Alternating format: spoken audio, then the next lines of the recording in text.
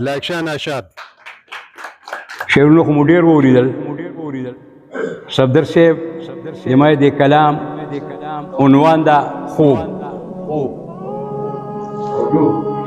توره تیاره وه، هدیره وه، زه یوازې ومه. هدیره وه، زه یوازې ومه. زما په ګور کې لومبۍ شپه وه، زه یوازې ومه.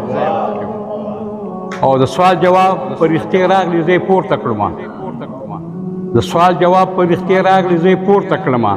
د دواړو سترګو کې جلوه وه، زه یوازې ومه. د سوال جواب په رښتیا راغلی، زه یې پورته کړمه.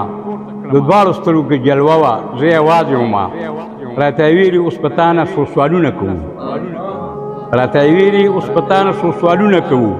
ساه مې د زړه لنډه اوږده وه، زه یوازې ومه. نو ما ویلي صبر، زه یو دوه رکاته نفل کوم. ما ویلي صبر، زه یو دوه رکاته نفل کوم. د دې د لوري اجازه وه، زه یوازې ومه. مونځ مې ادا کړو، د الله نه مې امداد وغوښتو.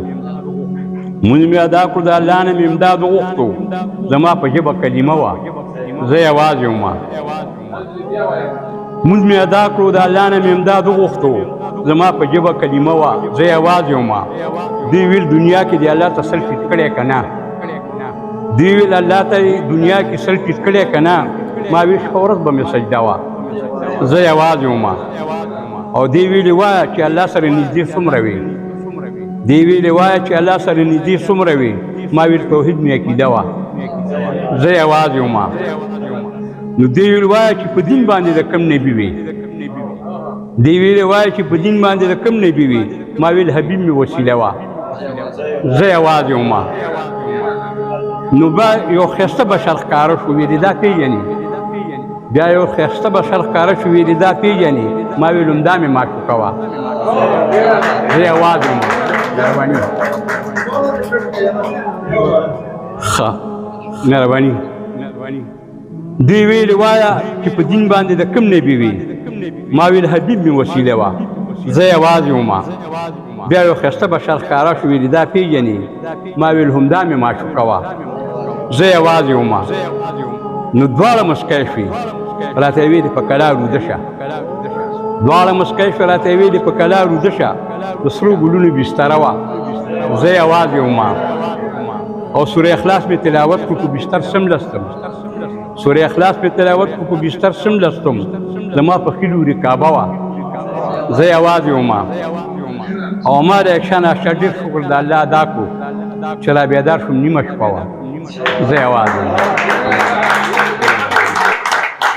بل جیو غزل دی، زړه کې څوک وي ولې بل چاته واده شي مینه. زړه کې څوک وي ولې بل چاته واده شي مینه. لکه دانه د پټ پرې کې وریته شي مینه. او یو خوا جانان بل خوا عزت د خپل بابا د پګړی. یو خوا جانان بل خوا عزت د خپل بابا د پګړی. ډولۍ کې لاړه شي بونګۍ شي چې پخړه شي مینه. یو خوا جانان بل خوا عزت د خپل بابا د پګړی. ډولۍ کې لاړه شي بونګۍ شي چې پخړه شي مینه. ګلابي رنګ لکه زعفران د مخ زیړو تښتي. ګلابي رنګ لکه زعفران د مخ زیړو تښتي. پارماني مزار یو مړاوي ګلدسته شي مینه. او خلک ګمان پې د ژوندو کې خو بېمینې کور کې. خلک ګمان پې د ژوندو کې خو بېمینې کور کې. د زړه سکون او خوشحالۍ په سړنده شي مینه. او د چا یادونه د مین زړه په کنډر کې وشي. د چا یادونه د مین زړه په کنډر کې وشي. رسم و رواج کې د پښتو په ژوندون مړه شي مینه. او ای له اکشان اشا د ژوند یوه ازلي لوبه ده.